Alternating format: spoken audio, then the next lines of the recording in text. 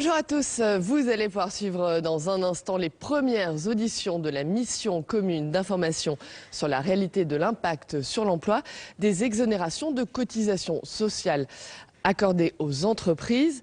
Alors cette mission d'information a été créée ici au Sénat à l'initiative du groupe communiste. L'objectif en clair est de réfléchir aux contreparties accordées aux entreprises pour le fameux pacte de responsabilité. Voilà, nous on se retrouve tout de suite après. Mes chers collègues, Madame, Monsieur, nous ouvrons donc aujourd'hui nos travaux donc, sur cette mission commune d'information relative à la réalité de l'impact sur l'emploi des exonérations de cotisations sociales accordées aux entreprises. Nous avons choisi donc de débuter par deux auditions, on va dire introductives, et nous avons demandé donc à Madame Hélène Paris et à Monsieur Pierre Cahuc, donc du Conseil d'analyse économique, de venir nous exposer le raisonnement économique sur lequel repose la politique d'exonération des cotisations sociales. Et donc, je souhaitais tout d'abord les remercier d'avoir accepté notre invitation. Je vous rappelle que le Conseil d'analyse économique est placé auprès du Premier ministre, qu'il est composé d'économistes universitaires et de chercheurs, et qu'il réalise donc des analyses économiques indépendantes qui sont rendues publiques. Donc, spécialiste du marché du travail, Monsieur Pierre Cahuc est l'auteur de nombreux ouvrages et travaux sur le sujet qui nous occupe. Nous lui avons demandé de bien vouloir rappeler dans un premier temps les fondements économiques des politiques d'allègement de cotisations et de préciser les indicateurs et les outils de l'évaluation de cette politique quant à ses effets sur l'emploi, puis de nous livrer le fruit de ses travaux sur le sujet. Avec les annonces qui ont été faites par le président de la République sur le pacte de responsabilité, dont les contours devraient être précisés prochainement, mais dont on a eu quelques éléments lors de sa dernière intervention. Il semble que les allègements de cotisations devraient se poursuivre et s'accentuer. Dès lors, un débat s'est ouvert que je résumerai rapidement de la façon suivante. Faut-il concentrer les allègements des cotisations sur les bas salaires ou faut-il mener une politique plus générale de renforcement de la compétitivité de nos entreprises qui allie action sur le coût du travail et politique fiscale? Bon, je pense que nous ne manquerons pas de vous interroger là-dessus, mais peut-être pourriez-vous commencer par une introduction sur ces éléments. Et ensuite, donc, je donnerai la parole à Madame la rapporteure, Madame Michèle de Messine, pour les premières questions, en sachant que cette mission a été proposée par le groupe CRC. Et ensuite, nous passerons aux questions de nos collègues. Je vous remercie de bien vouloir intervenir. Je vais passer la parole tout d'abord. Merci pour cette introduction à Hélène Paris, qui est secrétaire générale du CAE et qui va donner quelques mots d'introduction générale sur le sujet.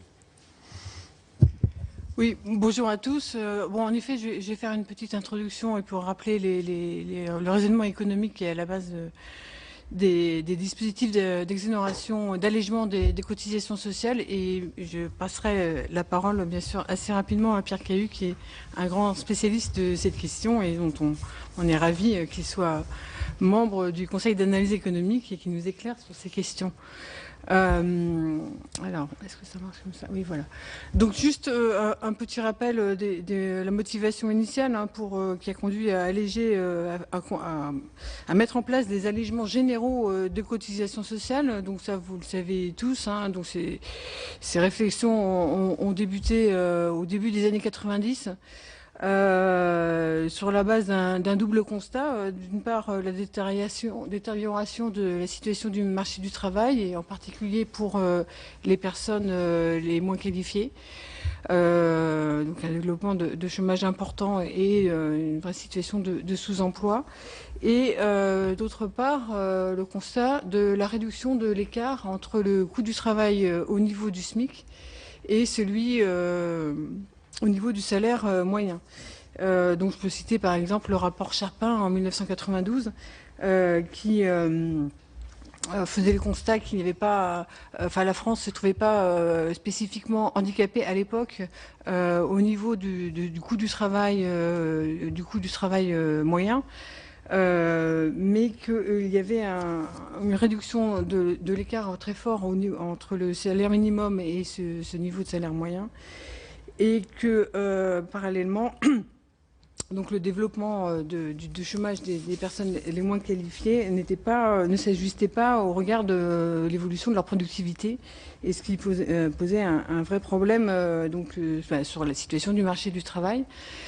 D'autant que l'évolution, le biais technologique allait dans le sens d'une demande croissante en direction d'emplois plus qualifiés.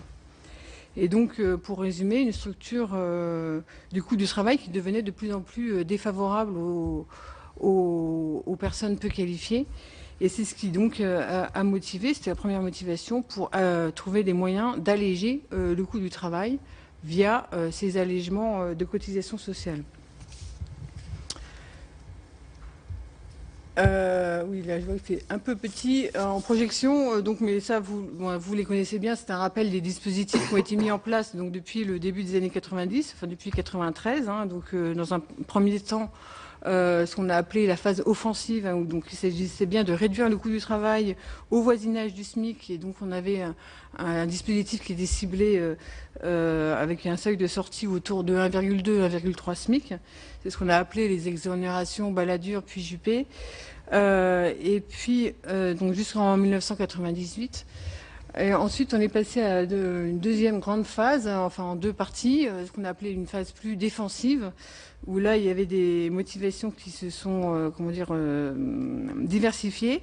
Donc, tout d'abord, la période 1998-2002, où donc là, le champ des allégements était étendu aux entreprises qui réduisaient leur temps de travail. Et donc là, il s'agissait de compenser l'impact de la réduction du temps de travail sur le coût du travail, avec un seuil de sortie qui a été un peu déplacé vers le haut, puisque donc le seuil de sortie de ce dispositif, qu'on appelle l'exonération Aubry, se situait entre 1,6 et 1,7 SMIC. Et puis une troisième étape, si je puis dire, en les années 2003-2005, c'est les exonérations Fillon, où donc là c'est une espèce de poursuite de phase défensive dans ces allégements de cotisations sociales pour neutraliser l'impact de la convergence vers le haut du SMIC. Donc si on résume, si on fait masse de tous ces dispositifs d'allègement de cotisations sociales, en 2007 avec une montée en charge accomplie, on se retrouve avec une réduction de 26 points de cotisations sociales au niveau du SMIC, pour les entreprises de plus de 20 salariés, avec un seuil de sortie à 1,6 SMIC. Ces masses d'allègement de cotisations sociales représentent un engagement budgétaire important, puisque c'est un peu plus de 20 milliards d'euros, et donc un point de PIB.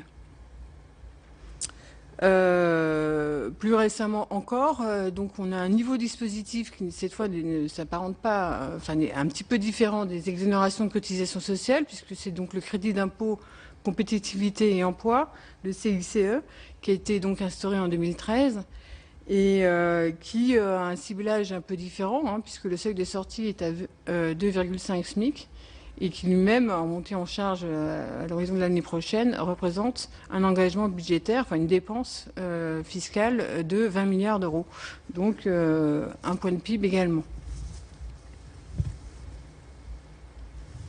Alors voilà un petit graphique pour illustrer, alors ça n'intègre pas le CIC, parce qu'on s'arrête en 2009.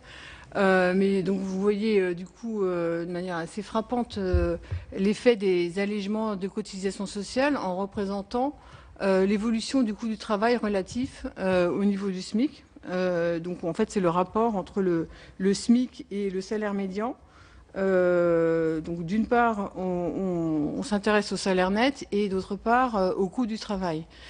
Donc jusqu'au début des années 90, en fait les deux courbes étaient parfaitement coïncidentes. En fait elles évoluaient de la même façon. Et à partir de la mise en place de cette politique d'allègement de cotisations sociales, le coût du travail a évolué beaucoup moins vite au niveau du SMIC. Enfin en tout cas oui au niveau du SMIC par rapport au coût du travail au salaire médian. En revanche, au niveau des salaires nets, on ne voit pas du tout la même évolution. Donc ça montre un peu l'ampleur, disons, de l'action de ces dispositifs et l'effet massif des allégements de cotisations sociales à cet endroit. Dans le raisonnement économique, mais si je l'ai un tout petit peu évoqué tout à l'heure, l'objectif macroéconomique principal, hein, comme je l'ai dit au départ, c'est l'enrichissement du contenu de la croissance en emploi, sous réserve bien sûr que ces allégements de cotisations sociales ne se traduisent pas par des hausses de salaire, mais bien par un impact sur l'emploi. Quand on étudie les mécanismes au niveau microéconomique, au niveau des entreprises, on peut s'intéresser à 3 mécanismes qui devraient être à l'œuvre.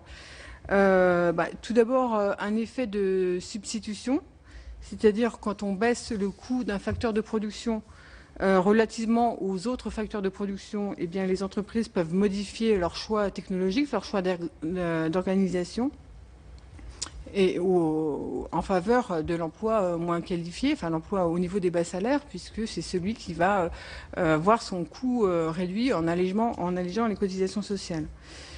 Un autre effet, qu'on appelle un effet volume, c'est la baisse du coût du travail peut être utilisée par les entreprises pour baisser leur prix de vente. Et à ce titre, pouvoir stimuler leur vente et leur production. Et donc là, ça fait un effet global donc de stimulation de la production de l'entreprise qui peut donc avoir un effet général sur l'emploi et pas particulièrement sur l'emploi qui bénéficie de ces allégements de cotisation. Enfin, un dernier effet, c'est l'effet profitabilité, c'est-à-dire l'entreprise peut profiter de la baisse de son coût du travail, du coût de production pour restaurer ses marges, en tout cas augmenter ses marges, sans nécessairement modifier son prix de vente. Et donc, cette amélioration de profitabilité peut être utilisée par les entreprises, soit pour restaurer sa situation financière si elle était très dégradée, soit pour accroître son investissement, donc différentes directions possibles. Alors, en effet, une des questions très importantes quand on s'intéresse au dispositif d'allègement de cotisation sociale, c'est la question du ciblage. D'ailleurs, vous n'avez pas manqué de la citer tout à l'heure. Et quand on se pose la question du ciblage, on se pose en général 3 grandes questions. D'abord, c'est l'effet sur la demande du travail. Est-ce que l'allègement de cotisation sociale va agir de la même façon suivant le type de ciblage, suivant le type d'emploi? Et en fait, toutes les études économiques convergent vers le fait que ça dépend avant tout de l'élasticité de la demande de travail au salaire. Et de nombreuses études mettent en évidence le fait que cette élasticité au salaire est variable suivant le niveau de qualification et donc le niveau de salaire des salariés. Mais ça, Pierre Cailluc va évidemment vous en parler davantage. Beaucoup de travaux ont mis en avant le fait qu'on pouvait avoir une élasticité proche unitaire au niveau des emplois peu qualifiés et qu'elle était beaucoup moins importante au fur et à mesure qu'on montait dans l'échelle des salaires. Également, cet effet, puisque c'est la logique du fonctionnement du marché du travail, l'effet d'allègement joue aussi, dépend aussi de l'élasticité de l'offre de travail au salaire. Et là aussi, celle-ci varie suivant le degré de qualification des emplois dont on peut parler. Un deuxième effet qui est important à avoir en tête quand on se pose la question du ciblage, c'est ce qu'on appelle l'effet d'assiette, c'est-à-dire à budget donné, enveloppe moyens budgétaires identifiés qui peuvent être consacrés à cette politique d'allègement de cotisation sociale. L'efficacité de la mesure, évidemment, sera d'autant plus importante qu'elle est, elle sera d'autant plus forte que l'effet est calibré de manière significative. Et donc, si on se concentre sur une population réduite, évidemment, on pourra donc consacrer un budget plus important avec donc une mesure qui pourra, comment dire, être encore plus sensible. Si la politique d'allègement de cotisations sociales se couvre une très large population de salariés, à un masse budgétaire donné, forcément, donc les moyens seront plus limités pour calibrer l'importance des allègements de cotisations sociales.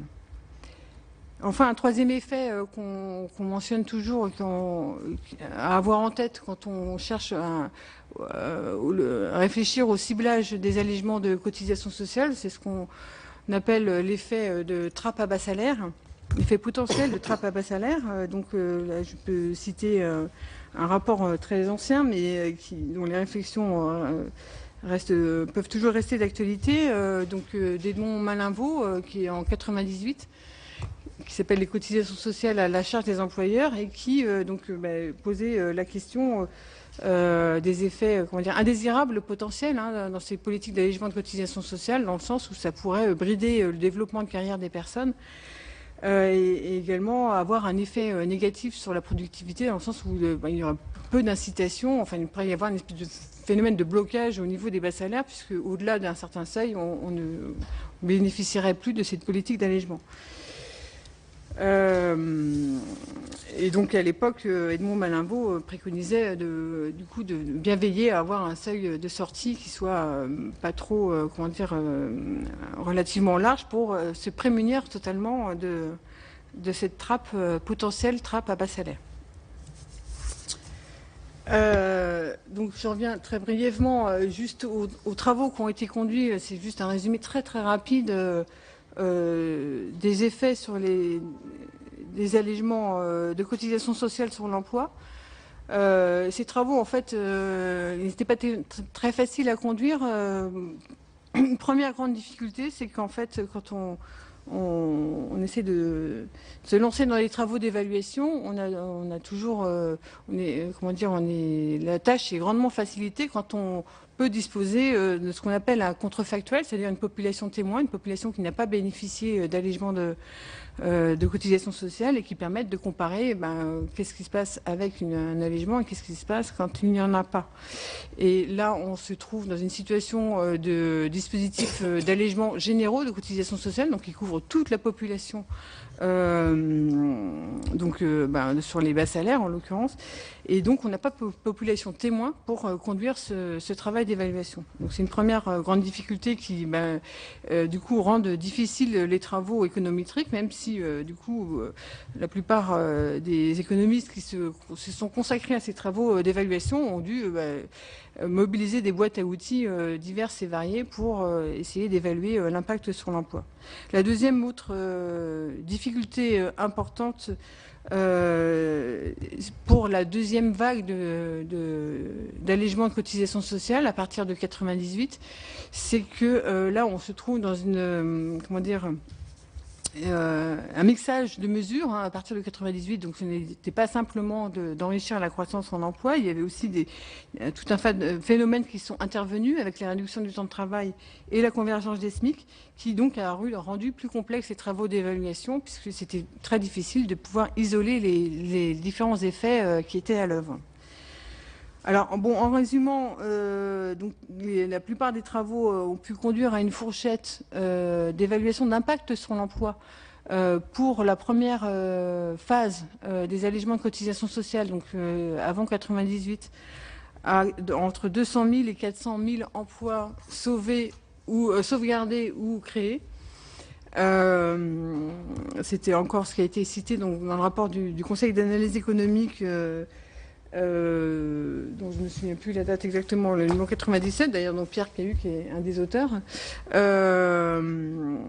Et pour la deuxième vague, là où je vous ai dit que les évaluations étaient encore plus difficiles, enfin, en prenant en compte la deuxième vague, on arrive à un total, un ordre de grandeur qui est généralement cité et qui est cité encore dans les rapports du Conseil d'orientation pour l'emploi, à 800 000 emplois donc, créés ou sauvegardés. Ces travaux d'évaluation donnent un chiffrage. Donc vous voyez que c'est parfois une fourchette assez large. Hein, ça montre un peu la difficulté de l'exercice.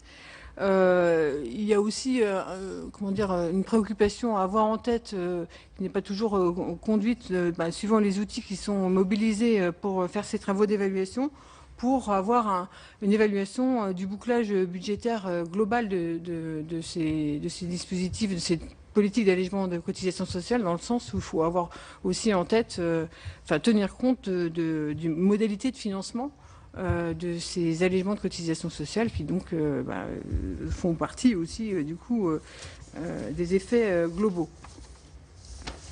Enfin, et pour terminer, je voudrais juste citer aussi un dernier travail du Conseil d'analyse économique qui ne porte pas à proprement parler sur les allègements de cotisations sociales. C'est une note qui a été publiée en avril de l'année dernière sur la dynamique des salaires en temps de crise et qui mettait en avant le constat d'un écart qui se creusait entre l'évolution de la productivité et l'évolution, la productivité du travail, et l'évolution des salaires.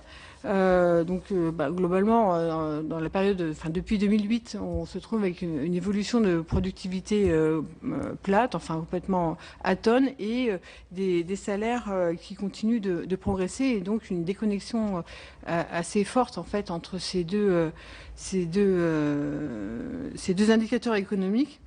Donc avec un salaire réel net qui croît de l'ordre de 0,8% chaque année sur la période, pendant cette période de crise, et ce qui évolution donc qui joue en défaveur de l'emploi, et en particulier pour l'emploi peu qualifié. Et c'est pourquoi, sur la base de ce constat, donc je résume énormément, mais la note est accessible, tous les travaux du CAE sont accessibles sur le site internet. Parmi les recommandations qui émergeaient, il y avait celle de décloisonner les négociations relatives aux rémunérations, à l'emploi et aux conditions de travail, parce que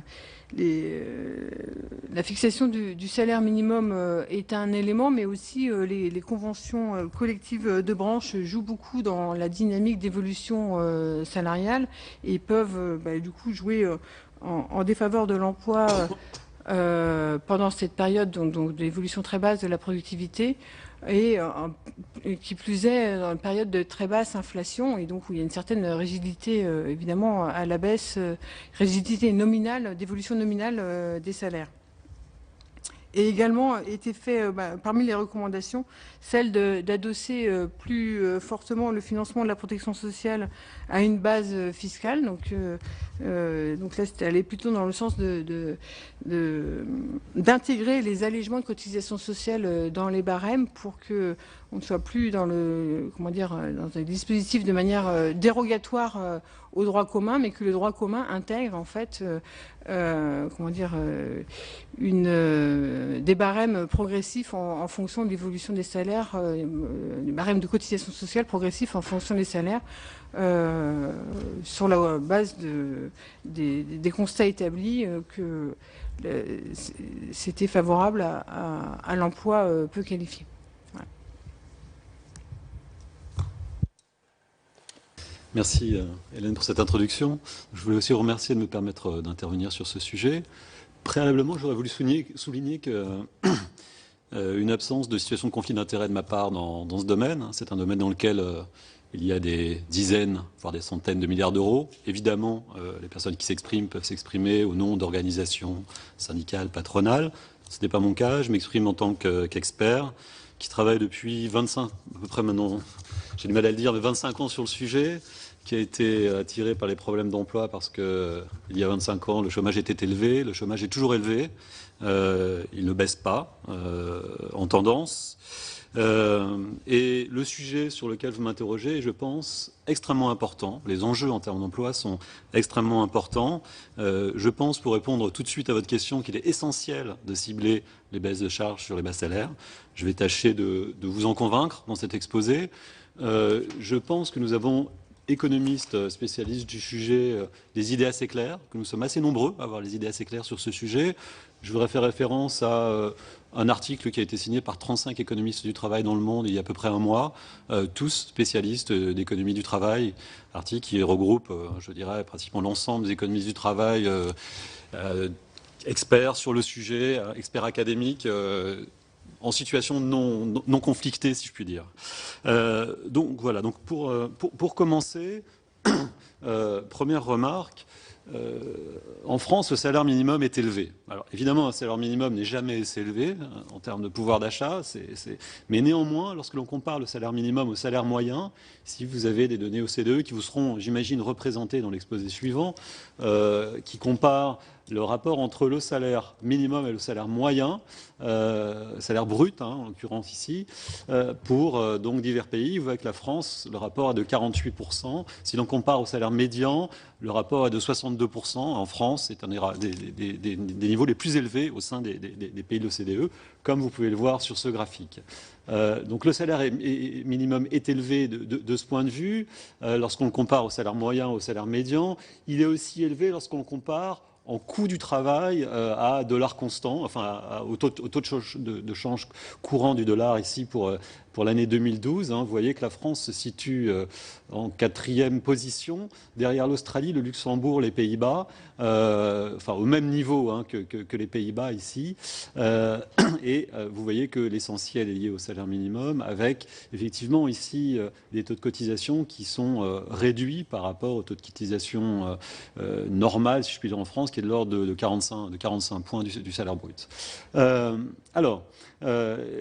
Et évidemment, ici, la France, il faut bien comprendre sur ce graphique que ce graphique sous-estime d'une certaine manière la situation de la France, dans la mesure où en Australie, aux Pays-Bas et aussi au Luxembourg, il y a un salaire minimum plus bas pour les jeunes, notamment aux Pays-Bas, jusqu'à 23 ans, il y a un salaire minimum qui monte de manière progressive pour les jeunes, idem en Australie. Je reviendrai sur ce point tout à l'heure, mais lorsqu'on compare des niveaux de coût du travail entre pays ou des rapports au salaire médian ou au salaire moyen, il faut noter que ce qui caractérise aussi la France, c'est un salaire minimum qui s'exerce de manière extrêmement homogène. Il y a seulement des dérogations pour les personnes de moins de 18 ans, alors que dans l'extrême majorité des pays, eh bien, il y a soit des minima différents pour les jeunes, voire par secteur. Donc la France se caractérise par un salaire minimum élevé et par un salaire minimum qui est très homogène au sein de la population.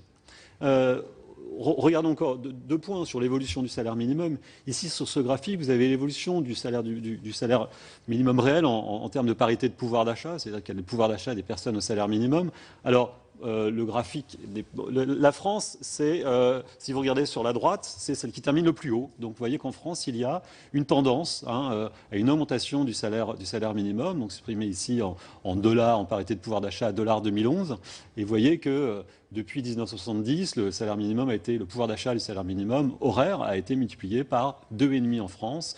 C'est le pays dans lequel il y a la plus forte progression. Il y a une très forte progression du salaire minimum en France qui n'a pas cessé ces dernières années. Vous voyez, qui continue à croître en termes de pouvoir d'achat. Ici, un rythme néanmoins beaucoup plus restreint en ce qui concerne le pouvoir d'achat du salaire minimum, donc depuis 2007. Alors, pour insister sur le fait que le salaire minimum est en France à un niveau élevé et finalement concerne une grande partie de la population, il est intéressant de regarder le pourcentage de personnes qui sont rémunérées au niveau du salaire minimum. Vous voyez, si vous comparez avec des pays qui ont des salaires minimum élevés, comme j'ai montré tout à l'heure, comme l'Australie et les Pays-Bas, eh bien en France, les taux pour l'ensemble de la population, le pourcentage de salariés qui sont couverts par le salaire minimum est plus de 2 fois élevé, pratiquement 3 fois plus élevé, enfin 2 fois et demi plus élevé, disons, plus de 2 fois et demi plus élevé. Et lorsque l'on regarde les jeunes, alors là, effectivement, la situation est extrêmement très différente, puisque le taux est pratiquement 3 fois plus élevé pour les jeunes comparé à l'Australie, alors que l'Australie a elle-même un salaire minimum plus élevé en moyenne. Donc vous voyez, ce qui caractérise la France, c'est vraiment le fait qu'il y a un salaire minimum élevé, très homogène, et donc qui couvre une grande partie de la population. Alors,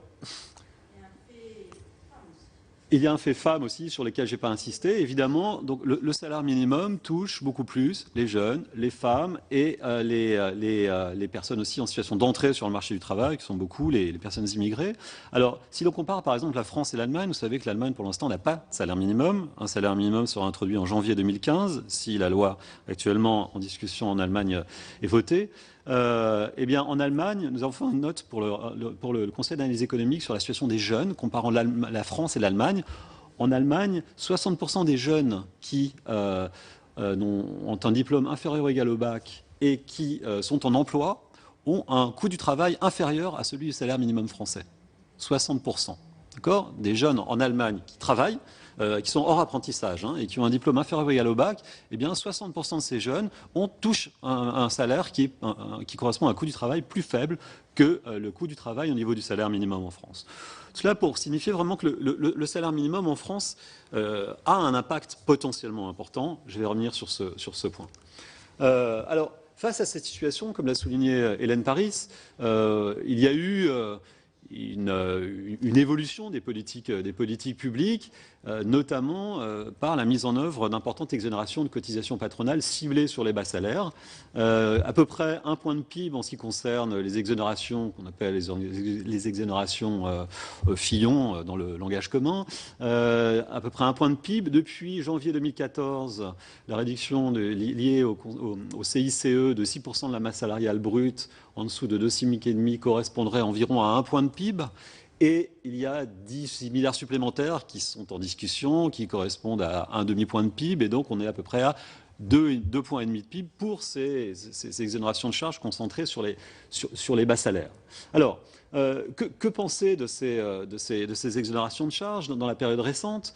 Je voudrais souligner que dans la période récente, le coût du travail au niveau du salaire minimum a continué à évoluer. Si vous regardez, donc, Hélène Paris a présenté des graphiques qui représentaient l'évolution du SMIC, en fait, du rapport entre le SMIC et le salaire moyen pour le pouvoir d'achat et pour le coût du travail. Ici, sur ce graphique, vous avez l'évolution du SMIC en euros constants. D'accord.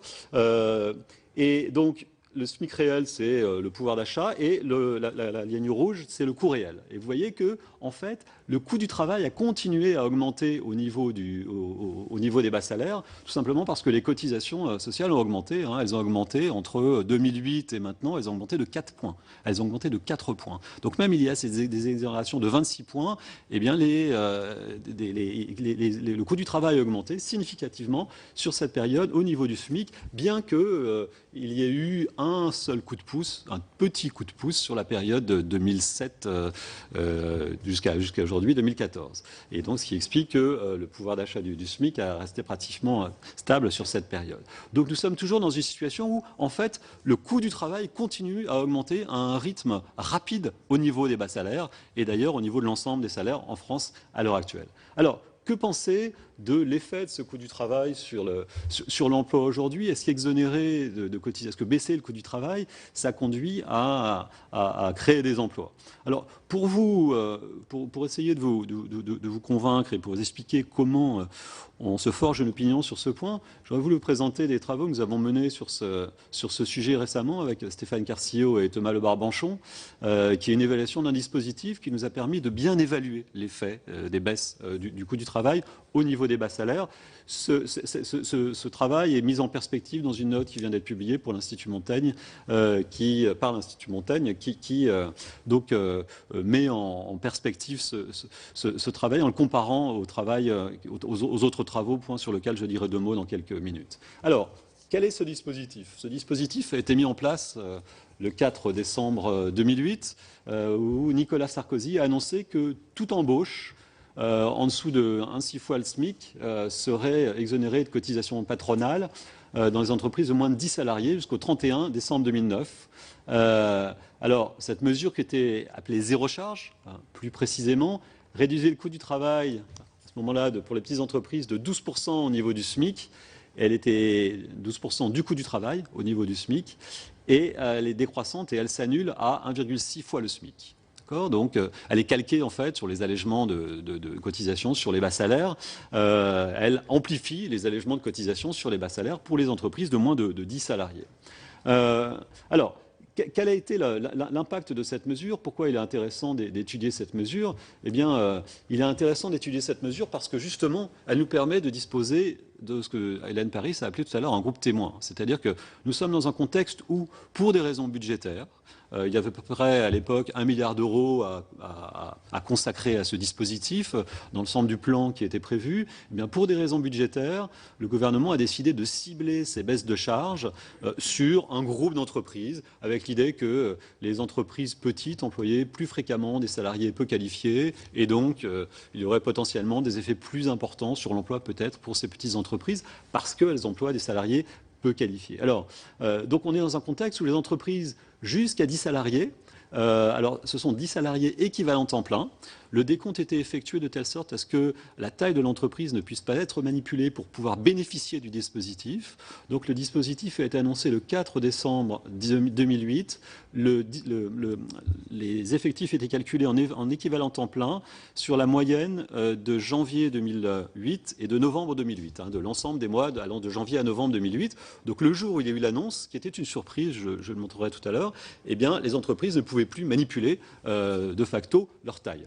Elles pouvaient mentir, mais ne pas, en tout cas, le manipuler en embauchant des salariés supplémentaires pour pouvoir bénéficier ou en embauchant moins de salariés, pardon, pour pouvoir bénéficier de la mesure. Donc,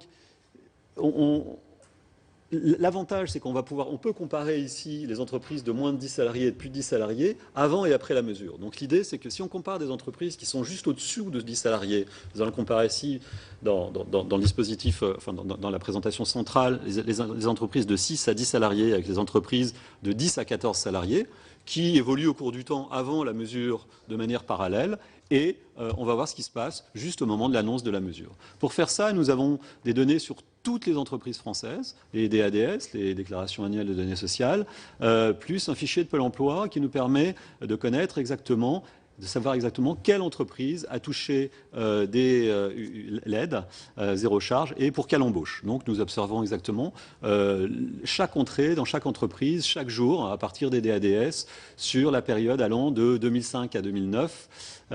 Donc nous utilisons ces données donc, qui sont vraiment très précises et qui nous permettent d'avoir une vision très précise de l'impact de la mesure. Alors, donc premier point, cette mesure, juste pour vraiment vous convaincre que cette mesure était une surprise. En fait, un des co-auteurs de cette étude, Stéphane Carcillo, était membre du cabinet de Christine Lagarde à ce moment-là. Il a donc participé en fait à la mise en œuvre de cette mesure. Donc il savait que cette mesure a été gardée secrète selon la volonté du président à l'époque. Et donc dans les faits, on s'aperçoit effectivement que ça a été une véritable surprise. Il n'y a eu aucune fuite sur ce sujet. On le voit ici quand on regarde le nombre de recherches, par exemple, sous Google. La grosse bosse, eh bien, c'est à partir de décembre 2008. Ce sont les recherches associées à zéro charge, à l'embauche. Donc il y a vraiment eu une surprise. Donc les entreprises n'ont pas pu ajuster leur manœuvre avant zéro charge, la mise en place de zéro charge, par exemple en attendant d'embaucher, ce qui nous conduirait à surestimer éventuellement l'effet de zéro charge. Donc de ce point de vue-là, cet aspect est important. Et je voudrais souligner que cet aspect est vraiment unique à notre évaluation par rapport aux autres évaluations qui ont été menées en France, puisque tous les dispositifs qui ont été évalués étaient en général connus et discutés depuis de longs mois. Et donc, ces effets dont je parle, qui font que les entreprises peuvent par exemple attendre pour embaucher, eh bien, on ne les a pas ici dans cette évaluation. On n'est pas... Et il y aura des effets d'aubaine dans la mesure où des entreprises qui embauchent auraient de toute façon embauché et vont toucher la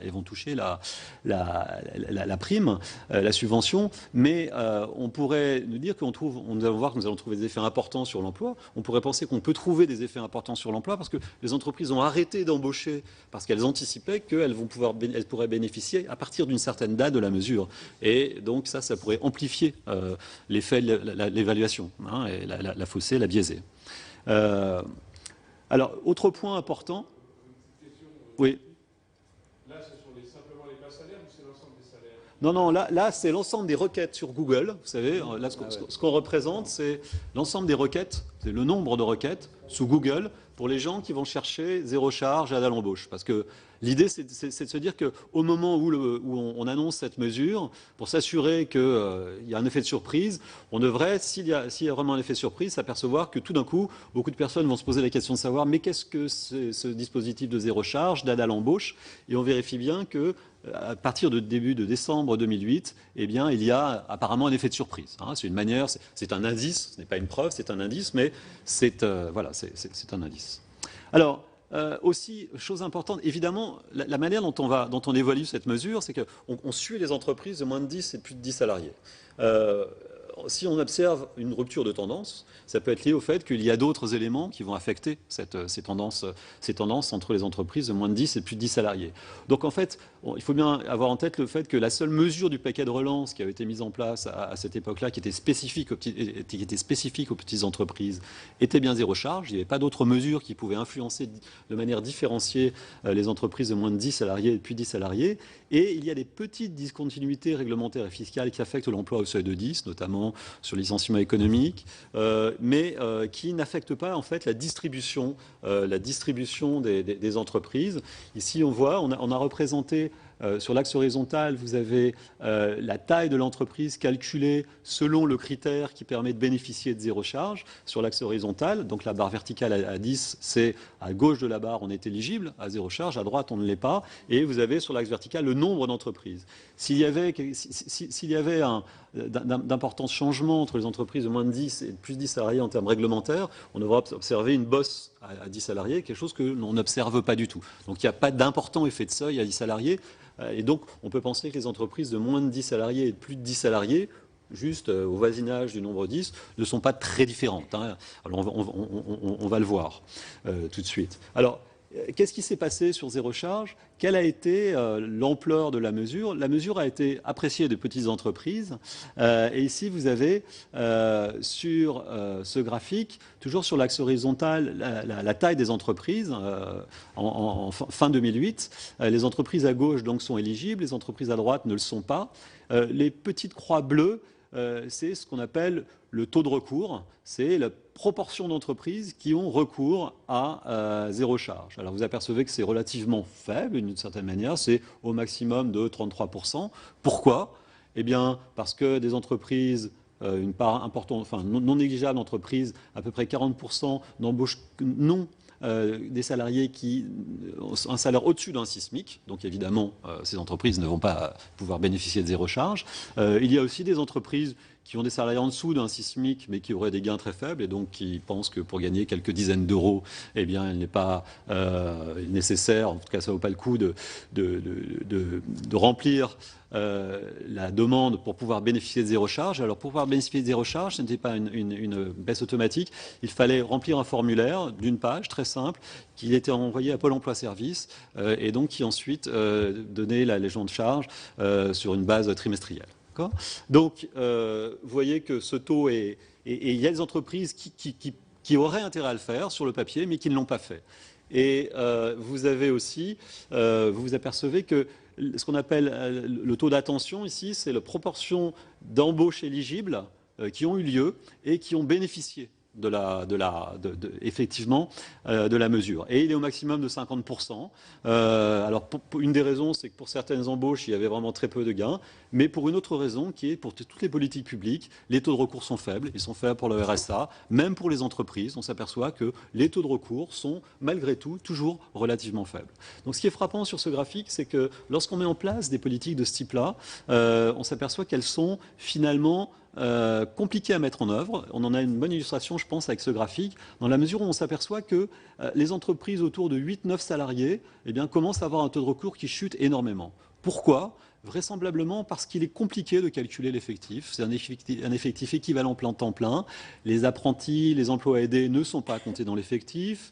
Les heures supplémentaires ne sont pas comptées dans le décompte pour calculer l'équivalent temps plein. Donc il est possible que beaucoup d'entreprises aient pensé que, eh bien, elles étaient au-delà du seuil et ne pouvaient pas bénéficier du dispositif, ce qui peut expliquer le fait qu'on a cette baisse. Et vous voyez qu'à droite, il y a une petite proportion, de l'ordre de 3%, qui a bénéficié de la mesure alors qu'elle n'aurait pas dû. Alors, ces erreurs peuvent être aussi dues au fait que les déclarations annuelles de données sociales sont mal remplies par les entreprises. Il y a aussi ici un peu d'erreur de mesure, bien que ce soit a priori des données de très bonne qualité. Donc c'est l'ensemble de ces faits qui expliquent qu'il n'y a pas une rupture juste à 10, mais qu'il y a quelque chose qui soit un peu plus flou comme ça. Alors comment on peut, dans ce contexte-là, comment on peut évaluer ce qui se passe? L'idée est très simple, comme je vous l'ai dit, c'est on va vérifier qu'avant 2009, il y avait une évolution parallèle de l'emploi pour les entreprises de 6 à 10 salariés et pour les entreprises de 10 à 14 salariés. On fait évidemment des tests de robustesse pour faire varier ces intervalles, mais commençons à regarder ces intervalles. Et on regarde s'il y a une rupture en 2009. Alors, vous avez sur l'axe horizontal, ici les années 2007, 2006, 2007, 2008. Vous avez ici sur le trait bleu plein, représente par exemple en 2006, c'est le taux de croissance de l'emploi des entreprises qui ont des salariés de 6, donc j'ai mis de 6 à 9, c'est 9,99 salariés. Donc disons de 6 à 9 ou 6 à 10 salariés, ça dépend de la convention que l'on prend, mais donc c'est de 6 à 9,99 salariés, et donc qui était de moins 0,2% à peu près. Et donc qui décroît en 2007, 2008. Et ce que vous voyez, c'est qu'au-dessus, vous avez les entreprises de 10 à 13,99 salariés, en très pointillés. Donc ce que vous pouvez constater ici, c'est que jusqu'en 2008, il y a une évolution parallèle et il y a une rupture de tendance à partir en 2009. En 2009, quelque chose change. Il y a vraiment une rupture de tendance. Donc comment on peut calculer ici l'effet de zéro charge en acceptant le fait que cette rupture de tendance est bien liée à l'introduction de cette mesure? On a plusieurs manières de s'en convaincre par la suite. Je vous donnerai plus de détails sur ces points. Comment on calcule? C'est très simple. On dit si finalement zéro charge n'avait pas été mise en œuvre, on aurait observé une évolution de l'emploi dans les petites entreprises qui est représenté par le trait vert ici, enfin qui est bleu en fin de compte, qui est bleu ou vert selon votre acuité optique en pointillé.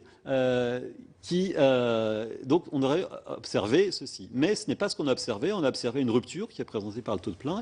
Et donc l'impact de zéro charge est mesuré par la différence entre ce que l'on observe et ce que l'on aurait pu observer s'il n'y avait pas eu zéro charge. Et la manière de reconstruire ce que l'on aurait pu observer s'il n'y avait pas eu zéro charge, eh bien, consiste ici à supposer qu'il y aurait continué à avoir une évolution parallèle avec les entreprises un peu plus grandes.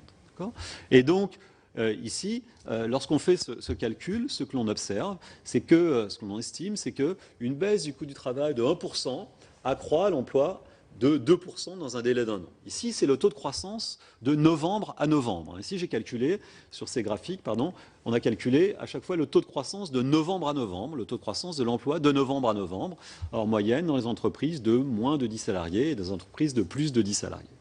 Donc, ici, on trouve un effet qui est fort, qui est relativement fort, un peu plus fort que dans les études qui sont habituellement consacrées au sujet. Je vais revenir sur ce point, voire beaucoup plus fort. Néanmoins, dans notre contexte, ce chiffre est un minorant. Pourquoi c'est un minorant de l'effet sur l'emploi? C'est un minorant de l'effet sur l'emploi dans la mesure où les salaires ont pu augmenter. C'est-à-dire qu'il est possible que les salaires aient augmenté légèrement. Et donc, dans ces cas-là, si les salaires n'avaient pas augmenté, on aurait trouvé un effet plus grand. Ce sont des choses sur lesquelles nous travaillons. Les salaires n'ont vraisemblablement pas augmenté. Nous continuons à travailler sur ces sujets. Nous sommes sur des très bas salaires qui sont, à court terme, très influencés par le SMIC. Et donc, toutes les recherches que nous faisons pour l'instant sur ce point nous confirment dans l'idée que les salaires n'ont pas augmenté. Il y a aussi un certain temps d'ajustement. Ici, c'est quelque chose qui est temporaire. Les entreprises ont besoin de temps pour ajuster leur main-d'œuvre. Et donc là, on regarde les choses au bout d'un an. Si ces baisses de charges étaient pérennes, il est possible que les entreprises fassent croître leur main-d'œuvre de manière plus importante pour atteindre une cible plus élevée. Vraisemblablement, ici, les délais d'ajustement de l'emploi sont pour l'essentiel réalisé. En France, il y a énormément d'embauches en CDD, comme vous le savez. 90% des embauches sont en CDD. Et donc, les délais d'ajustement de l'emploi sont de facto assez rapides. Nous allons le voir dans le graphique précédent. La subvention était temporaire. Quand on sait qu'une subvention est temporaire, eh bien, finalement, on embauche souvent moins que si c'est permanent.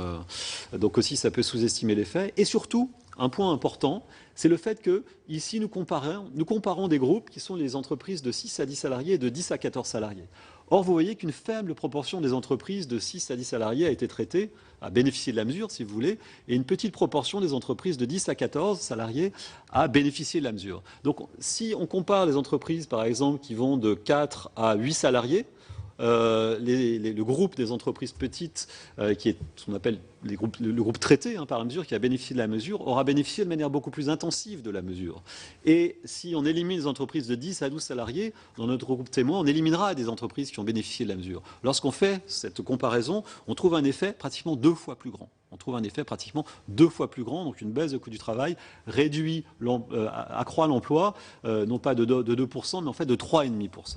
Donc, si vous voulez, on pense que le chiffre que l'on donne ici est extrêmement prudent, ce chiffre de 2%, c'est ce qu'on appelle une élasticité de 2, est extrêmement prudent. Dans les faits, je suis assez persuadé que le chiffre est dans les faits plus grand. Mais nous préférons être prudents sur le sujet, dans la mesure où nous donnons un chiffre qui est plus élevé que celui qu'on trouve habituel. Alors, ce que l'on trouve aussi, c'est que l'effet sur l'emploi est rapide. L'effet sur l'emploi est rapide.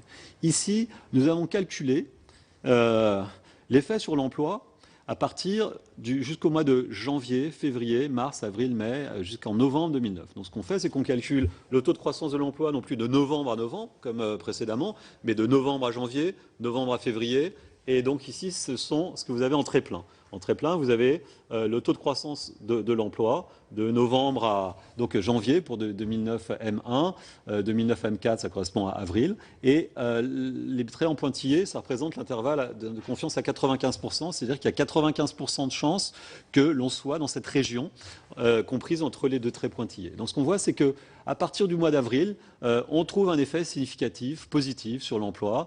Donc en quelques mois, l'emploi s'ajuste. L'emploi s'ajuste rapidement et fortement lorsque l'on baisse ici soudainement le coût du travail et que les salaires ne s'ajustent pas, bien évidemment. Alors, quel est du coup le coût par emploi créé de cette mesure? Le coût par emploi créé de cette mesure, nous estimons que cette mesure a créé environ 30 000 emplois sur le champ, ici.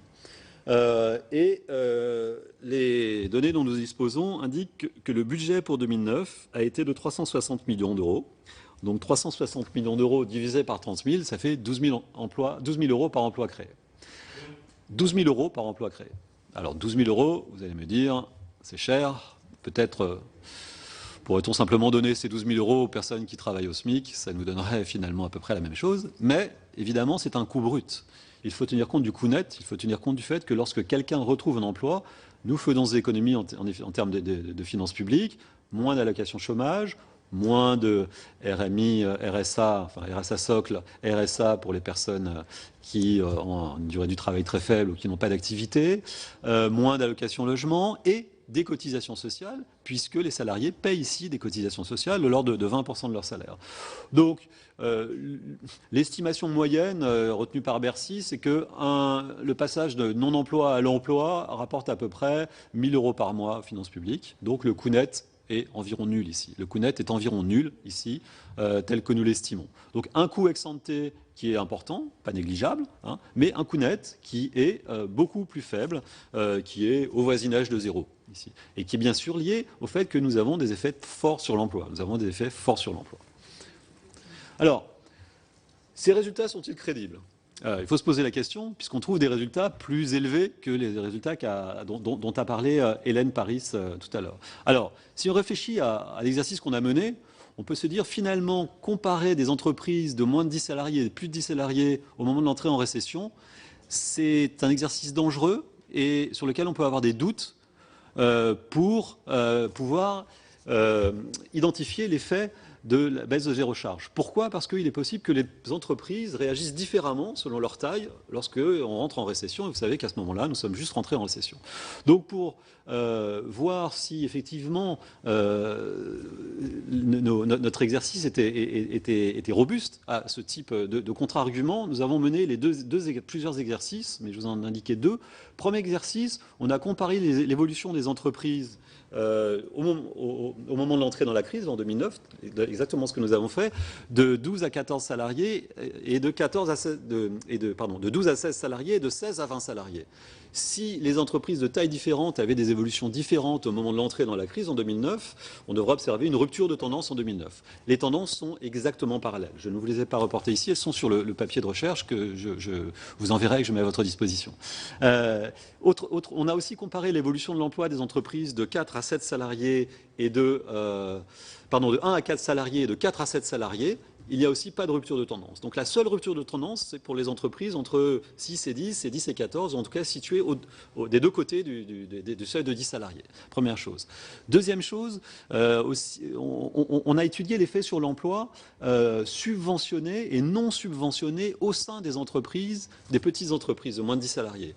En effet, si la mesure a un impact sur l'emploi, on doit s'attendre à ce qu'elle ait un impact sur l'emploi plus fort pour les salariés situés en dessous de 1,6 SMIC que pour les salariés situés au-dessus de 1,6 SMIC. Donc en faisant le même exercice en différence comme ça, pour les salariés qui sont, pour les effectifs compris en dessous de 1,6 SMIC, on trouve un effet fort, encore plus fort que celui que nous avons trouvé pour l'ensemble des salariés, des entreprises de moins de 10 et de plus de 10 salariés. Et lorsque l'on compare les salariés qui sont situés au-dessus de 1,6 SMIC, les effectifs au-dessus de 1,6 SMIC, on ne trouve plus aucun effet. Donc, ici aussi, il semble bien que l'effet soit juste ciblé sur les effectifs qui ont bénéficié des subventions et non pas sur l'ensemble des effectifs. D'accord ? Donc, ici aussi, si ça avait été une différence de réponse liée à la taille de l'entreprise, on aurait dû observer que cette différence de réponse affecte autant les salariés compris en dessous de 1,6 SMIC que les salariés compris au-dessus de 1,6 SMIC. Donc, pour toutes ces raisons, nous pensons que le fait que l'économie rentre dans une récession et que nous comparons des entreprises de taille légèrement différente n'affecte pas la robustesse de nos résultats. Autre point, on pourrait penser, et c'est tout à fait légitime, ce sont les effets macroéconomiques dont parlait Hélène Paris tout à l'heure, que les entreprises de moins de 10 salariés ont créé des emplois, certes, c'est ce que nous montrons, mais aux dépens des entreprises de plus de 10 salariés. Finalement, on peut se dire, les entreprises de moins de 10 salariés ont bénéficié de la subvention, ont pris des parts de marché aux entreprises de plus de 10 salariés, et c'est ce qui explique votre effet au niveau macroéconomique, il n'est rien du tout. Nous avons regardé cet effet en regardant si les entreprises de plus de 10 salariés qui étaient situées dans des bassins d'emploi, dans lesquels il y avait une plus grande proportion d'entreprises de moins de 10 salariés qui étaient subventionnées, avaient une croissance de l'emploi plus faible. Évidemment, si vous êtes situé, vous avez plus de 10 salariés, si vous êtes situé dans un bassin d'emploi où il y a beaucoup d'entreprises de moins de 10 salariés, vous devrez être plus affecté par les baisses de charges que dans un bassin d'emploi où il y a peu d'entreprises de moins de 10 salariés. Donc nous avons découpé l'économie en 348 zones d'emploi de l'INSEE. Nous avons calculé dans chaque zone d'emploi la proportion d'embauches éligibles, d'embauches subventionnées, d'entreprises de moins de 10 salariés, et voir si ces proportions expliquaient le taux de croissance des entreprises de plus de 10 salariés, et nous ne trouvons absolument aucun effet. Donc là aussi, nous ne trouvons pas du tout le fait que les entreprises de 10 salariés aient pu croître aux dépens des entreprises, les entreprises de moins de 10 salariés aient pu croître aux dépens des entreprises de plus de 10 salariés. Donc pour toutes ces raisons, nous pensons que ces résultats sont robustes dans le sens où ils capturent vraiment, ils permettent d'évaluer, d'identifier effectivement l'effet de cette mesure zéro charge sur l'emploi de manière beaucoup plus convaincante que les évaluations précédentes qui se situaient dans des contextes beaucoup plus vagues et qui ne permettaient pas d'avoir un groupe témoin très clairement identifié tel que le fait notre étude. Alors, donc pour continuer, deux mots sur les comparaisons avec les autres études dont a parlé tout à l'heure Hélène Paris. Il y a une étude très connu de Bruno Crépon et Rosen Desplaces, qui a étudié l'effet des baisses de charges de 95-96 sur les bas salaires et la manière dont ils essayaient d'identifier les groupes témoins. Ils faisaient ceci en comparant des entreprises qui avaient une forte proportion de salariés bénéficiant des baisses de charges avec des entreprises qui avaient une proportion plus faible de salariés bénéficiant de baisses de charges. Vous sentez que l'exercice est beaucoup plus flou que le nôtre, il est beaucoup plus flou et donc ils trouvaient une élasticité plus faible. Mais c'est normal parce qu'on compare des entreprises qui ont bénéficié un peu des baisses de charges avec d'autres entreprises qui en ont moins bénéficié. Il est tout à fait logique de trouver une élasticité, une sensibilité plus faible. Donc le chiffre qu'ils trouvent, c'est que une baisse de 1% du coût du travail accroît l'emploi de 0,8%. Il y a aussi un article de Mathieu Bunel, Fabrice Gilles et Yannick Lorty qui étudie l'effet des baisses de charges entre 2002 et 2005, qui trouve une élasticité entre -2 et -0,1, une grande variation, qui est aussi liée au fait qu'ils sont obligés de faire le même type d'exercice que ce qu'ont fait Bruno Crépon et Rosen Desplaces, calculer les coûts du travail des entreprises, voir quelles sont les entreprises qui bénéficient plus ou moins des baisses de charges et comparer ces différents groupes qui sont exercices dans lesquels il y a donc énormément d'erreurs de mesure.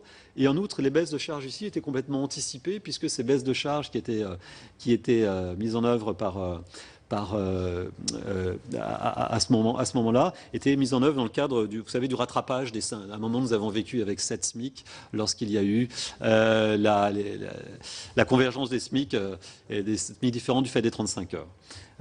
Alors, il y a une autre étude qui trouve une élasticité proche de la nôtre, de Francis Kramars et Thomas Philippon, qui a une stratégie différente, qui compare la probabilité de conserver l'emploi pour des personnes qui sont rattrapées par les augmentations du SMIC et pour des personnes qui travaillent juste au-dessus du SMIC. Donc leur idée consiste à suivre des personnes qui sont en emploi, à partir de l'enquête emploi, à repérer les personnes qui sont juste au-dessus du SMIC, et ils regardent ensuite, lorsque ces personnes sont rattrapées par les augmentations de SMIC, ils comparent leur probabilité de conserver leur emploi avec des personnes qui ont un salaire juste au-dessus, mais qui ne sont pas rattrapées par les augmentations de SMIC. Et ce qu'il montre, c'est que les personnes qui sont rattrapées par les augmentations de SMIC ont une probabilité de perdre leur emploi 1,5% plus élevée que celles qui sont rattrapées par le SMIC. Donc ce sont des chiffres qui sont pas très éloignés d'une autre, qui sont aussi, d'une certaine manière, je pense, beaucoup plus entachés de biais que les nôtres, parce que eh bien, les évolutions, les variations SMIC qu'ils regardaient étaient aussi très largement anticipées,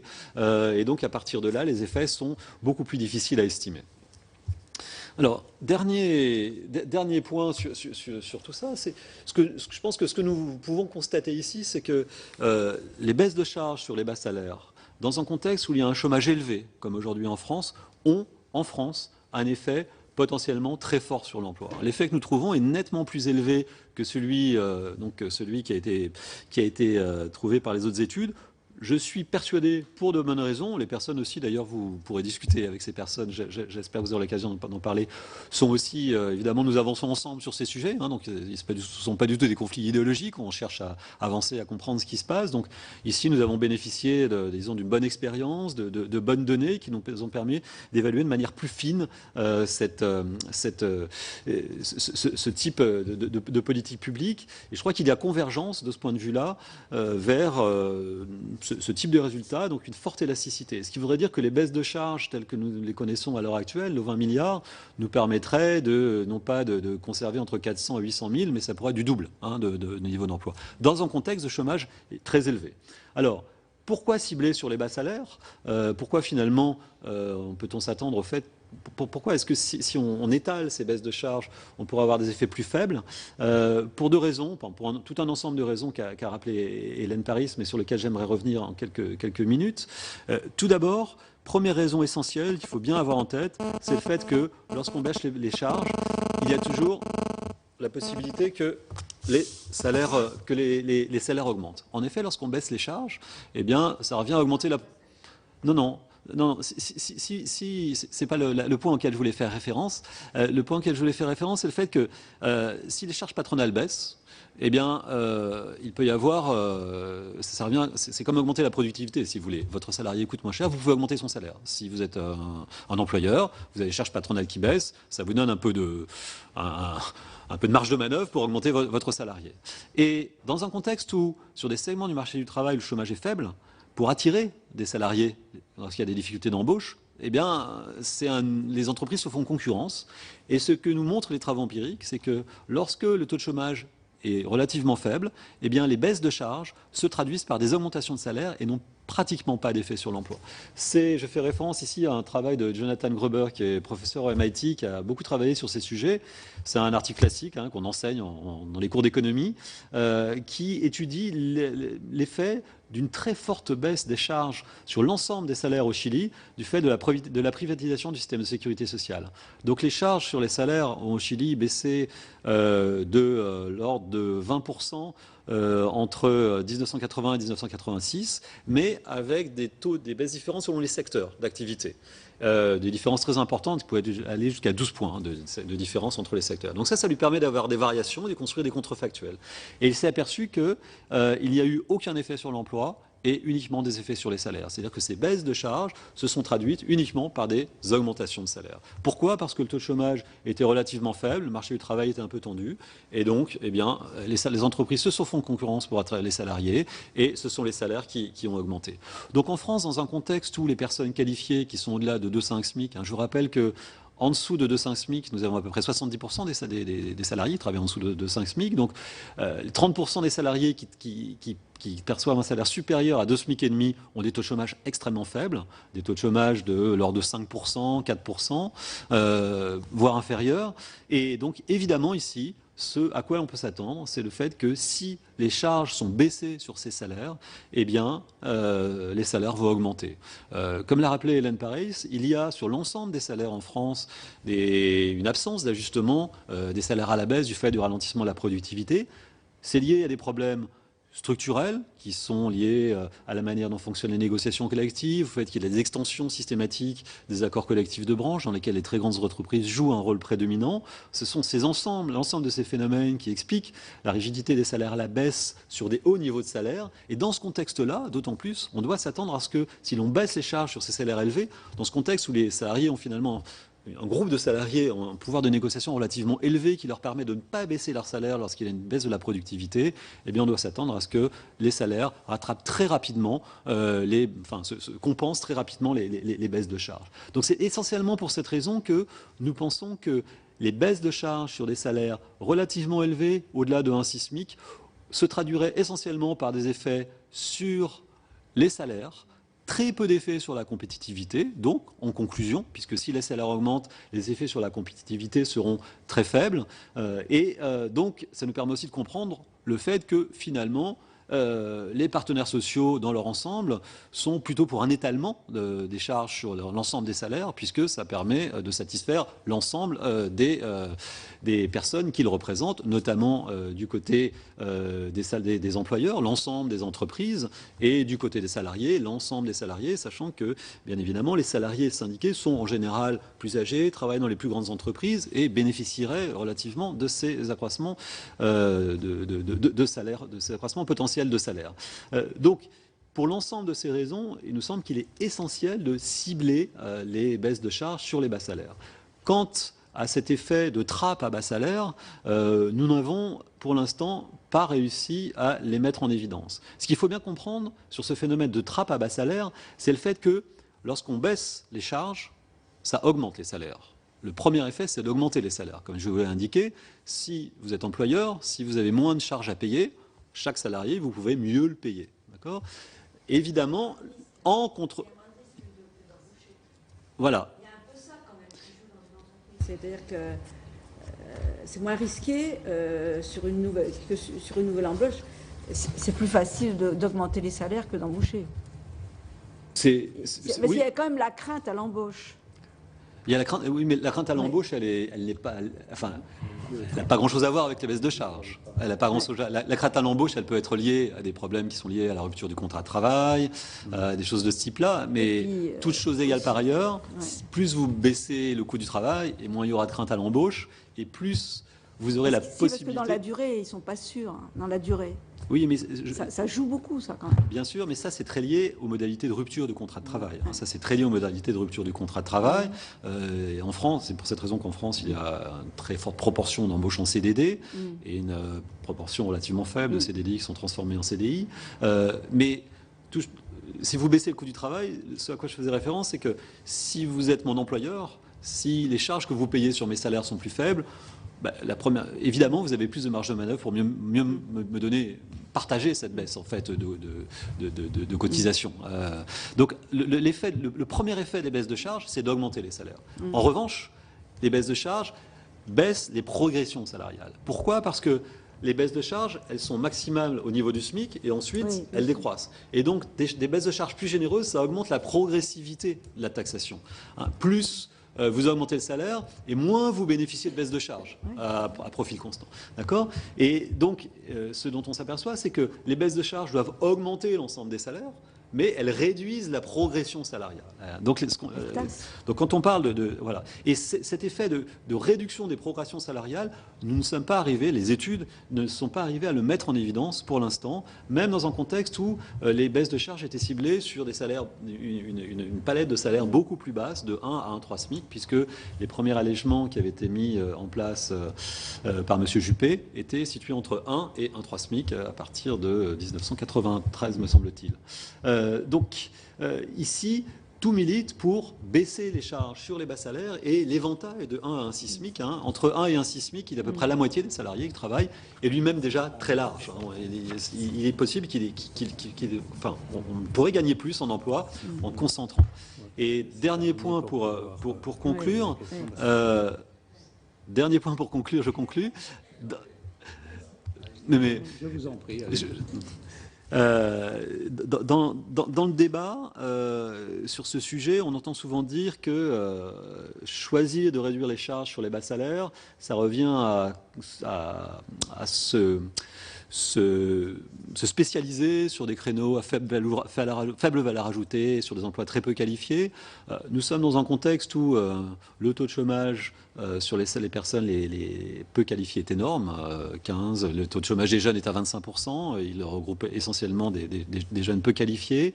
Le meilleur moyen de donner, on sait que le meilleur moyen de donner des qualifications aux jeunes, c'est de les faire travailler. C'est de les faire travailler, de les mettre à l'emploi, d'apprendre en travaillant. Toutes les études empiriques montrent que le meilleur moyen de disposer d'un emploi après une certaine période, c'est d'avoir travaillé. C'est souvent, statistiquement, c'est plus efficace que les programmes de formation purs hors emploi. Donc, le meilleur moyen de monter en gamme, d'avoir des personnes qui accumulent des compétences, c'est de commencer par faire entrer ces personnes sur des emplois, sur des vrais emplois. Et donc, de ce point de vue-là, on a énormément de marge de manœuvre pour manipuler, pour faire baisser le coût du travail. Et ce sont sur ces segments qu'il faut jouer. Voilà. Je vous remercie pour votre attention. Nous vous remercions aussi de ce long exposé liminaire, mais qui a permis quand même de balayer ce sujet pour disons, une réunion introductive. Ça a permis de bien voir les choses, mais sans plus tarder, je vais donc passer la parole à Mme la rapporteure. Il y a un certain nombre de questions, vous y avez déjà un peu répondu. Mais d'abord, on est sur de la macroéconomie, donc c'est toujours très compliqué de suivre et d'être complètement convaincu. Évidemment, ce sont des études, donc elles ont leur légitimité, mais en même temps, parfois, on a l'impression que ça ne correspond pas tout à fait à la réalité. La macroéconomie. Mais bon, ça, c'est un sentiment que j'ai. Donc, ça veut dire que c'est très important de creuser. Vous l'avez fait d'ailleurs. Et l'exemple que vous nous démontrez à travers ce groupe témoin est assez intéressant. Mais c'est un groupe témoin sur des très petites entreprises, qui est un domaine économique très particulier, avec ses règles, et qui ne peut pas forcément, je pense, s'appliquer à tous les domaines économiques, mais on va continuer à creuser ces sujets pour pouvoir justement le vérifier. Ceci dit, globalement, il y a quand même un certain nombre de doutes aujourd'hui qui s'expriment sur l'efficacité des allègements de cotisations sociales sur l'emploi. Le dernier en date étant la Cour des comptes, qui nous a un petit peu abreuvé de son scepticisme. Alors, je vais vous poser des questions, mais pour revenir sur des sujets que vous avez déjà apporté des réponses, en cinq questions. Quel outil pour mesurer les effets sur l'emploi des exonérations de cotisations sociales patronales? Vous avez expliqué un peu. Et peut-on considérer que les exonérations de cotisations sociales existantes sont un instrument efficace de lutte contre le chômage compte tenu de leur coût? Mais vous avez déjà en partie répondu. Parmi les instruments de la lutte contre le chômage, le coût du travail vous semble-t-il la question prioritaire? Là aussi, on a entendu un peu votre opinion. Dans cette hypothèse, quel ciblage privilégier? Donc, les bas salaires, après les PME, les secteurs exposés à la concurrence internationale. On élargit le spectre là, du ciblage. Dans les débats actuels sur le pacte de responsabilité, la politique de compétitivité des entreprises est-elle une politique de l'emploi? sachant que la restauration des marges des entreprises ne conduit pas nécessairement à des embauches. Et enfin, ce qui amène donc à ma dernière question, quels sont les mécanismes de contrepartie en termes de création d'emplois qui pourraient être envisagés? Alors, simplement, en vous demandant de répondre quand même assez brièvement, mais exhaustivement bien sûr, mais assez brièvement, de façon à ce que les autres questions puissent être posées avant 17 heures. J'en ajouterai deux simplement très brièvement en même temps. Il semble que votre choix se porte sur une réduction des charges sur les bas salaires, tel que vous nous l'avez exposé. Où situez-vous le niveau? J'ai pas exactement identifié si c'était entre 1,6 et 2,5, j'ai pas exactement vu. Et vous nous avez indiqué que pour, je veux dire, les réductions de charges, zéro charge Sarkozy, donc vous estimiez que ça ne coûtait rien, puisque voilà. Et est-ce que si vous deviez généraliser ça sur les 20 milliards existants, est-ce que vous êtes en mesure de donner une évaluation? Je sais bien que vous n'avez pas pu l'identifier, mais quel est le coût pour la collectivité, puisque à l'heure actuelle, on se dit, il y a 20 milliards là qui sont là. Est-ce que vraiment ils ne coûtent rien ou est-ce qu'ils coûtent un peu? Okay. Bon, je vous remercie pour toutes ces questions. J'ai répondu déjà explicitement ou implicitement à certaines d'entre elles. Donc, sur l'outil, quel outil pour évaluer? L'évaluation a besoin d'un contrefactuel. Donc, l'évaluation a besoin d'un contrefactuel et a besoin d'être indépendante et prend du temps. Donc, c'est essentiel sur le sujet. Donc, ça veut dire qu'il faut mettre en place, si possible, des dispositifs qui soient expérimentaux. Il ne faut pas hésiter à mettre en place des dispositifs qui soient expérimentaux pour pouvoir comprendre ce qui se passe. C'est essentiel. Vous savez que ça fait 30 ans qu'on met en place des politiques d'emploi. On commence, cette culture de l'évaluation commence à se développer en France. De plus en plus de chercheurs la mettent en œuvre. Je pense que c'est une bonne chose, mais nous avons encore énormément à apprendre. Et c'est essentiel pour éclairer le débat public avec des méthodes simples et transparentes. Les méthodes simples et transparentes sont des méthodes avec contrefactuel. Les méthodes trop sophistiquées sont incompréhensibles par le grand public, comme par finalement les chercheurs le plus souvent. Deuxième point, sur le ciblage, il faut cibler, vous l'avez compris, selon nous, sur les bas salaires.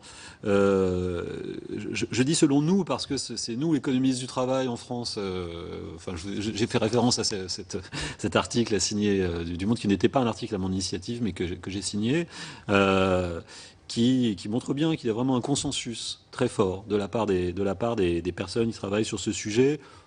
Qui mènent des évaluations. Un SMIC, c'est sûrement élevé, la moitié des salariés. Un SMIC, les taux de chômage et les personnes qui potentiellement peuvent avoir un salaire de un SMIC ont des taux de chômage relativement faibles, 7, 6%, 5%.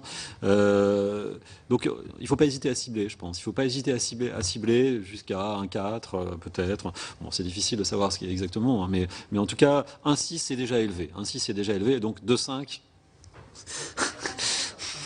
2,5, c'est beaucoup, c'est très élevé. Donc,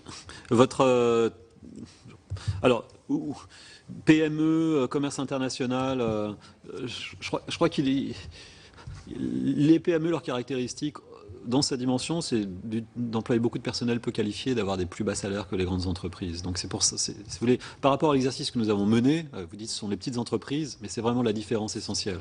Ce que nous savons, ce que nous apprend la littérature économique, c'est que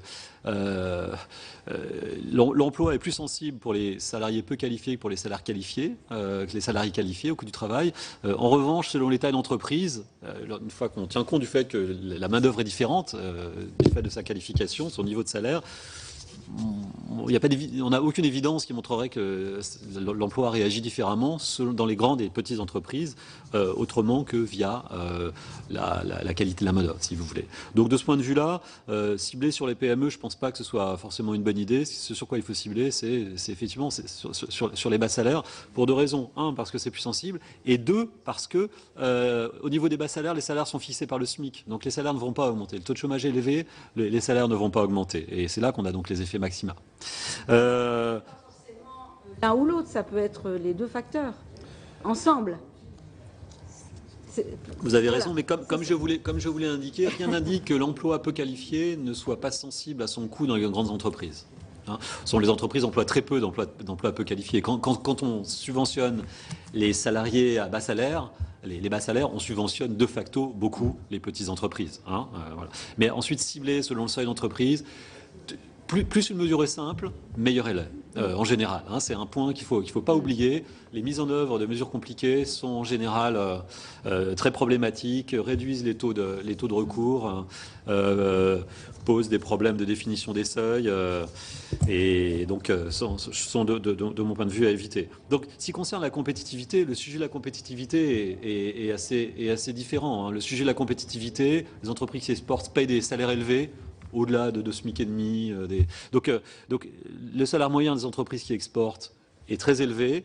Il y a un sujet peut-être sur la formation des salaires, qui est un sujet différent, comme je l'ai indiqué. Il y a des sujets sur la formation, l'articulation de la recherche, de la formation, des sujets aussi réglementaires, des sujets sur la taxation de l'entreprise, non pas du coût du travail, sur le coût du travail, mais sur des impôts locaux liés à la taxation de l'entreprise. Donc, ce sont d'autres sujets, mais la compétitivité est un sujet qui est différent. Simplement, juste une petite parenthèse pour prolonger ma question. Est-ce qu'il n'y aura pas un problème de conciliation entre le CICE qui va jusqu'à 2,5 et les mesures éventuelles qu'on prend? Oui, le CICE est sûrement enfin le CICE est trop étalé. Donc, si vous voulez, le fait que le CICE soit assis sur la masse salariale implique qu'il soit trop étalé. On pourrait penser d'utiliser une partie du CICE pour financer d'autres choses qui soient directement liées à la compétitivité. Mais dès lors que c'est assis sur les salaires, eh bien, il faut la logique économique consiste à le cibler vers le bas, hein, quitte à prendre quelques milliards pour alléger d'autres types de taxes, mais en tout cas, sur les salaires, la logique consiste à vraiment les cibler sur les bas salaires. Le risque que les salaires augmentent est extrêmement important. N'oubliez, enfin, ayez ça en tête. C'est vraiment extrêmement important. Il est vraiment extrêmement important. Toutes les études empiriques le montrent. Je pense avoir répondu à l'ensemble des questions. On va laisser la parole à nos collègues et si on a un peu de temps, je vous rappellerai ce que vous avez oublié. Monsieur Dessessart, vous posez une question. Oui, merci Monsieur le Président. J'aurais une question toute naïve et certainement que vous allez pouvoir m'y répondre et m'aider à comprendre. Je crois qu'on peut. Est-ce que vous êtes d'accord qu'on parle de, par exemple en 2013, de 20 milliards d'euros, 20,5 milliards d'euros d'allègement de charges. J'ai cru voir dans une photo, un moment, que cela, on pouvait penser que ça avait créé entre 200 000 et 400 000 emplois. J'ai cru voir. Beaucoup plus. Comment ? 800 000. Ah, c'est 800 000. Oui. D'accord. Parce que j'avais fait un calcul. Les 200 à 400, ce sont les... Vas-y. C'est la première vague d'allègement de cotisation. Ah, d'accord. Donc je me suis trompé. Parce que je vais prendre mon calcul sur 400 000. Donc si c'est... qui fait la masse de... C'est par an. En faisant la masse. Par an. D'accord, oui, ça augmente le taux d'emploi général. Par an. Parce que j'avais fait mon calcul sur 400 000. Donc vous allez comprendre mon calcul, il est très simple. 20,5 milliards d'euros pour 400 000 emplois. Donc 20,5 multiplié par 10 puissance 9, divisé par 4 par 10 puissance 5, ce qui fait 20,5 par 10 puissance 4, divisé par 4. On arrive par emploi créé, si c'est 400 000, à 51 250 euros. Divisé par 12 pour avoir un salaire mensuel et les charges mensuelles, nous étions à 4 269 euros, charges et salaires par mois, par emploi créé, pour 400 000. Donc je disais, pourquoi se fatiguer à faire une exonération de charges, puisqu'on pouvait dire, on fait 200 000 aides-soignantes, 200 000 aides à domicile, et puis on a nos 400 000 euros, parce qu'avec 4 269 euros par mois, on a les moyens de créer 400 000 emplois. Maintenant, vous me parlez de 800 000, donc je vais diviser par 2. On est à 2130 euros par mois. Là, c'est plus difficile d'avoir un temps plein, je le conçois. Donc, merci de la précision des 800 000. Hein. Mais malgré tout, le chiffre de 2130 euros est quand même intéressant. Non, mais donc pour que les choses soient bien claires. Je vais demander J'ai fini. Les deux autres collègues qui veulent intervenir aussi de le faire comme ça, on sera sûr que tout le monde aura pu poser ses questions. Alors tout d'abord M. Dominetti et ensuite M. Daudigny. Oui, moi je souhaiterais d'abord rebondir sur une observation de Madame la rapporteure, c'est-à-dire que est-ce que dans vos calculs économiques, parce qu'on voit qu'ils sont évidemment extrêmement fondés et poussés, on tient compte de la flexibilité? Vous n'en tenez absolument pas compte. Parce que lorsqu'on parle du coût du travail, est-ce que dans une comparaison internationale, vous pouvez nous dire si c'est le coût théorique du travail ou le coût réel du travail? Lorsque une entreprise est en difficulté, comme elle n'a pas la flexibilité effectivement sur l'emploi, ce qui est, je pense, un frein à l'embauche, eh bien, dans ces conditions, il faudrait pouvoir rajouter ce coût lié à la flexibilité dans vos calculs, à moins que vous les ayez pris en compte. Donc, c'est, je dirais, une demande de précision par rapport, je dirais, aux organismes internationaux.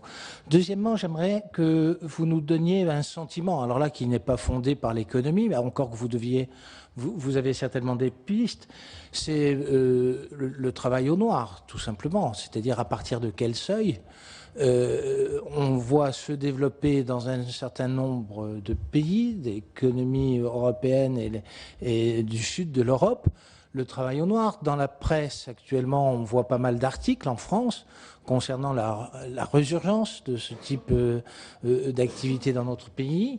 Et ça m'incite à vous donner un point de vue, peut-être, sur ce qui avait été les emplois à domicile avec les exonérations. Est-ce que c'est un effet bénéfique, pas bénéfique de supprimer ces exonérations? Voilà les trois précisions que j'aurais aimé avoir. Monsieur Dodigny. Oui, merci Monsieur le Président. La démonstration était très convaincante et intéressante à suivre. Alors, je voudrais revenir sur la notion emploi et compétitivité, pour peut-être que vous alliez plus loin dans l'explication. Alors emploi, je comprends bien, c'est lié tout simplement au taux de chômage, donc tout le monde saisit. Compétitivité, c'est permettre à nos entreprises d'exporter, mais aussi peut-être d'être plus compétitives à l'intérieur de notre pays par rapport à des entreprises extérieures qui exportent en France. Donc des produits que nous importons. Alors jusqu'à quel point ces deux objectifs, emploi et compétitivité, se recouvrent-ils? À quel moment y a-t-il divergence éventuellement, sinon opposition, mais au moins divergence entre les deux? Alors le CICE n'est-il pas un dispositif qui répond spécifiquement à la compétitivité, puisque les études, semble-t-il, récentes, pour l'année 2013, indiquent que le coût du travail a moins augmenté en France qu'en Allemagne, je crois que j'avais en tête 2 points ou quelque chose de voisin de ceci, alors que les salaires ont augmenté néanmoins en France comme en Allemagne. Donc ce serait bien un effet compétitivité du CICE. Alors si éventuellement il y a sur ce point précis erreur dans mon raisonnement, merci de me le montrer. Je vous en prie, sachant qu'on va déborder un petit peu. Très bien. Sur les 400, 800 et autres, vous avez tout à fait raison. Ce chiffre de 400 000 est calculé avec une élasticité de 0,5 en fait. C'est-à-dire que si on baisse le coût du travail de 1%, l'emploi va augmenter de 0,5%. Nous, on trouve 2. Ce chiffre de 0,5, il provient d'un livre qui a été publié en 1993, qui est un livre sur la demande de travail, qui est une sorte de classique, qui provient de nombreuses études, qui est une sorte de chiffre moyen qu'utilisent beaucoup les macroéconomistes pour calibrer les modèles, qui concerne l'ensemble en fait des salariés. Alors le chiffre de 1, donc on passe de 400 à 800, on fait passer de 0,5 à 1. Pourquoi 1? Parce que dans ce livre on dit aussi finalement les salariés moins qualifiés c'est plutôt de l'ordre de 1. Donc voilà, donc on prend 1 parce qu'aussi les premières études que je vous ai indiquées, notamment Crépon Desplaces, trouvaient une élasticité de 0,8. Donc 1, 0,8, c'est assez proche. Il faut voir que tous ces calculs sont vraiment faits, hein, c'est des calculs de coin de table, hein, même quand ce sont des gros modèles. On rentre des paramètres. Voilà. Nous, ce que nous trouvons, et comme j'ai essayé de vous en convaincre, c'est que cette élasticité est plus grande. Et nous ne sommes pas les seuls. Encore, j'ai essayé d'insister sur le fait que les études les plus convaincantes sur le sujet, qui identifient le mieux l'effet des baisses de charges ou des augmentations de coût du travail, trouvent des élasticités plus grandes en France. Elles trouvent des élasticités plus grandes, de l'ordre de 1,5, 2, voire, je pense, sur le fond, plus grand. Donc c'est pour ça qu'on trouve ce chiffre qui est beaucoup plus petit. Donc nous, on n'est pas à 800 000, on est au double de 800 000. Donc l'élasticité... Voilà, on est à double. Voilà. Et 2. Et donc voilà, bon, la réponse est claire. Ensuite, je vous laisse vous forger votre opinion. Voilà, vous avez pu suivre les premières auditions de la mission commune d'information de la réalité de l'impact sur l'emploi des exonérations sociales accordées aux entreprises. Tout de suite, la suite de nos programmes sur Public Sénat.